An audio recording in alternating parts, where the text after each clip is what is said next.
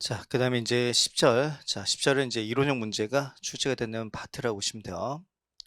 그래서 1번부터 보시면은, 자, 다음은 거주자 24년도 소득 내역이다. 그랬을 때, 자, 25년 5월 말까지 물어본 게 뭐냐면, 자, 확정 신고를 하지 않아도 되는 거주자는 누구냐. 근데 동그란 1번부터 보시면은, 보험 모집인 A가 있었다.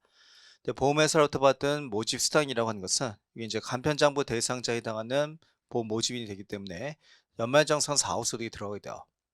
복권 당첨 금액이 있었다면 그 금액은 무조건 분리과세 대상이 되기 때문에, 자, 이 경우에는 연말정산 사업소득과 분리과세 대상 소득이 있는 경우니까 신고문과 면제가 되죠. 확정 신고를 하지 않아도 되는 경우가 1번이라고 보시면 된다. 자, 근데 이제 동그라미 2번하고 그 다음에 이제 동그라미 4번은 케이스가 뭐 똑같은 케이스라고 보시면 돼요.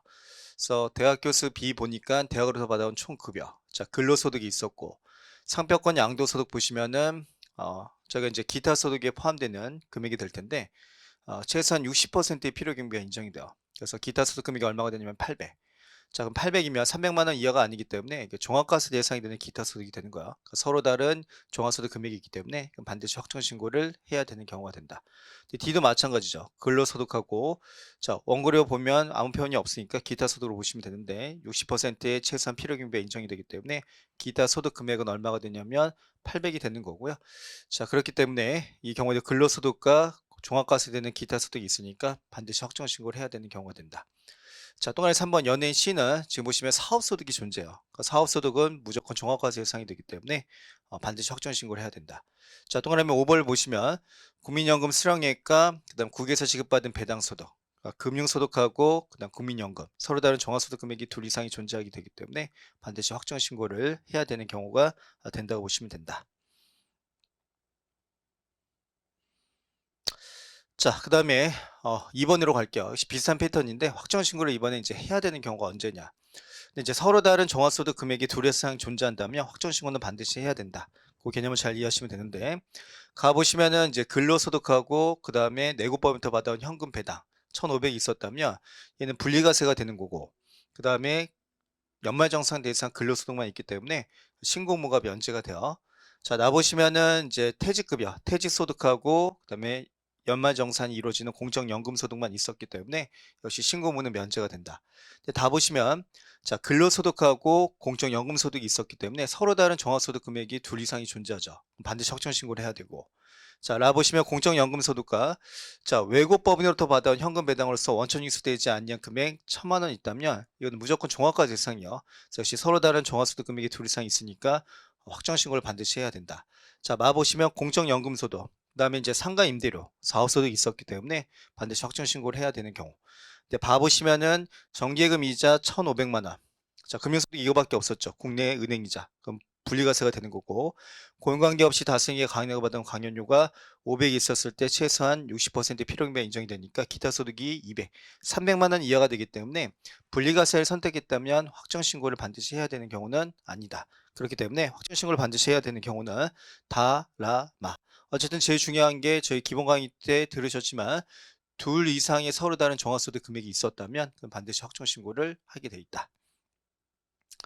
자, 3번으로 가보시면, 자, 납세 절차에 대한 설명으로 옳은 거 찾는 문제예요.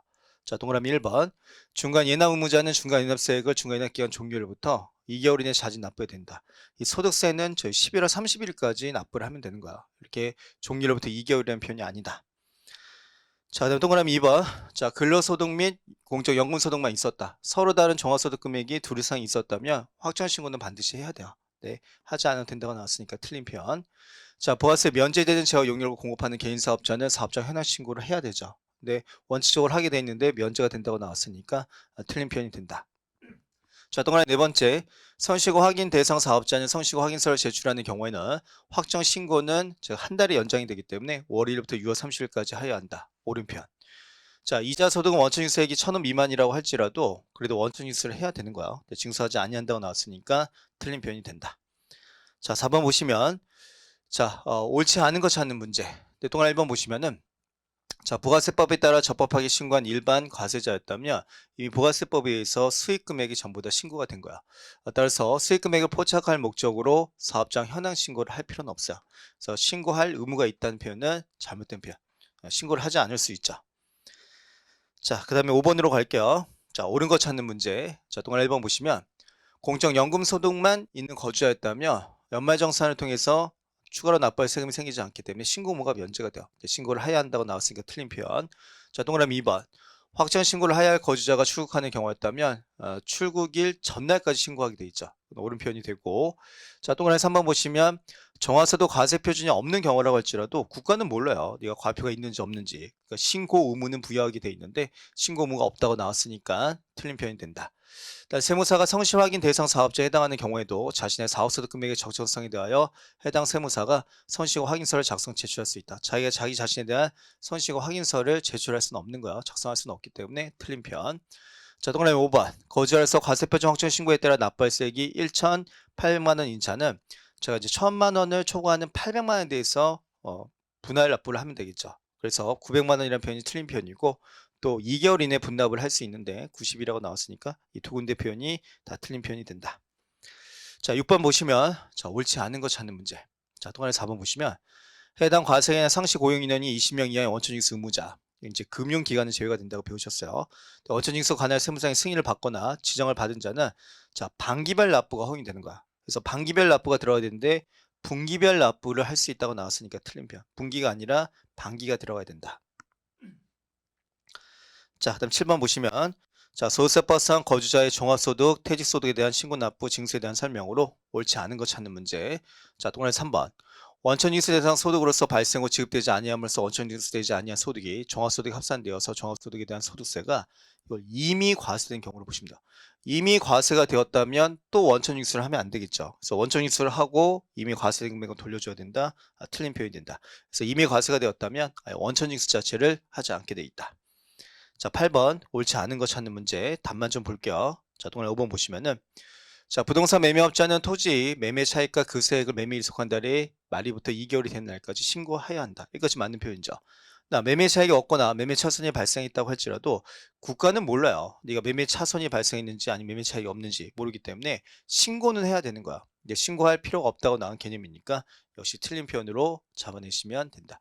그래서 이 10절은 이론형 문제가 출제가 되는 파트가 되기 때문에 어쨌든 기출 문제를 잘 정리하셔야 되고요. 시험에서는 이제 중요한 파트 중에 하나를 보시면 돼요.